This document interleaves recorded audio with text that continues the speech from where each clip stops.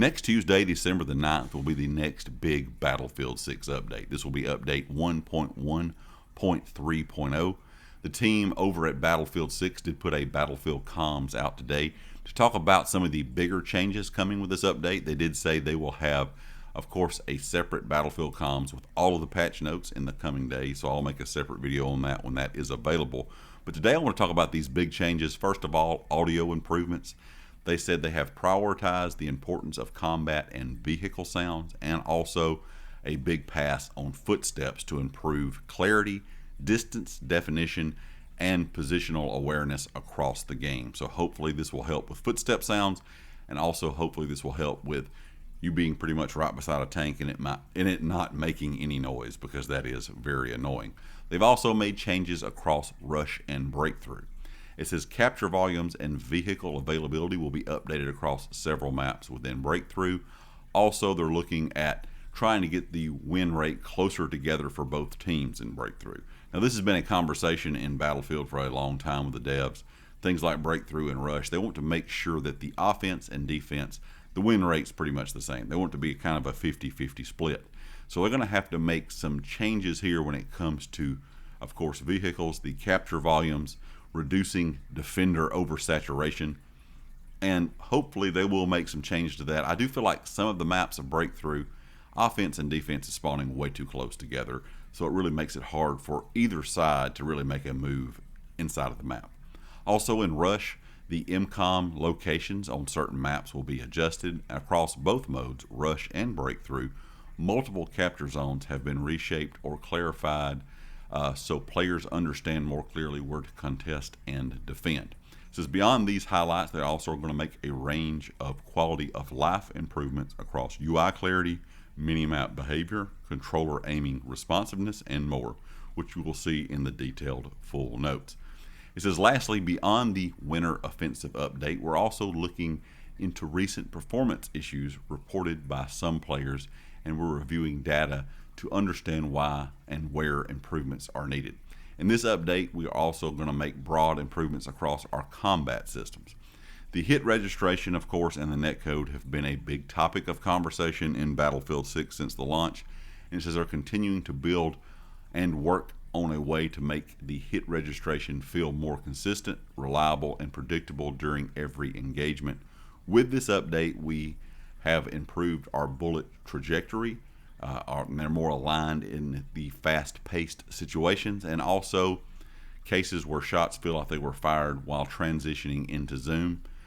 Hopefully this will help with those times where you feel like you're firing at enemies and nothing's registering. You feel like you're getting a lot of desync. And some games it's good, some games it's bad, but hopefully this will help out with that. I know hit registration has been a big problem for a lot of the player base since the game's launched, but you've seen a lot of people talking about this over the last about 2 or 3 weeks, where it seems to where it's gotten worse for some players compared to others. Also, they're going with more enhanced soldier visibility changes, so you can make sure that you're seeing enemies easily. The dark or low contrast areas, they're trying to make them appear more clearly if someone is in those type of areas, so hopefully that will help out with visibility.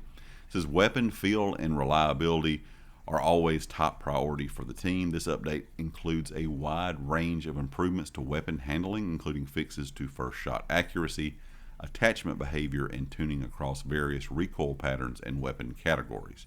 This change aims to deliver more predictable and consistent weapon performance in active combat. We'll have to wait and see.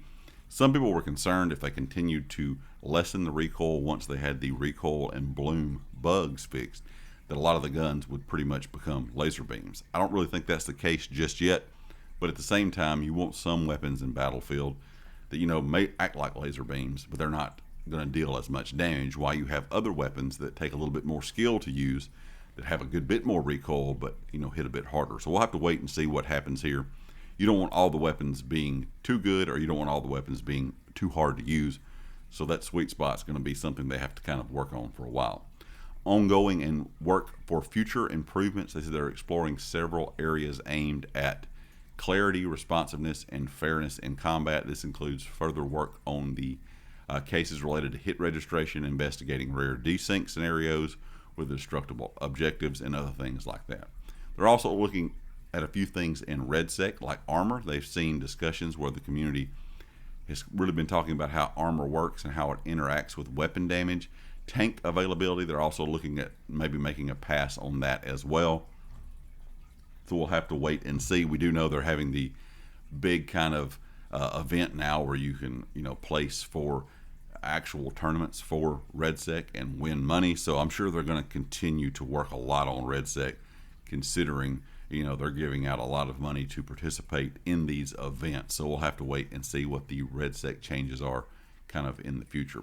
They're also looking at Portal experiences and things that they want to kind of push out when it comes to Portal. And I think that's one thing that they're lacking right now. Portal could be absolutely amazing in Battlefield 6, but a lot of the game modes in Portal that are really good are kind of buried behind a lot of just junk, a lot of bot lobbies or whatever the case may be, and you can't really find them.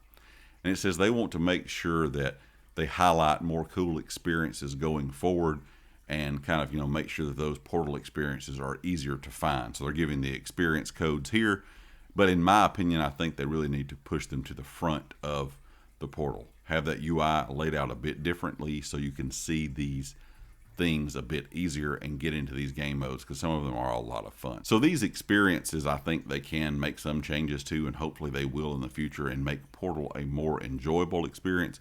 But overall, everything that they're doing here, I think most of the player base is going to be really happy with. I will be interested to see what the rest of the patch notes kind of hold, especially when it comes to hit registration and weapon changes and visibility changes.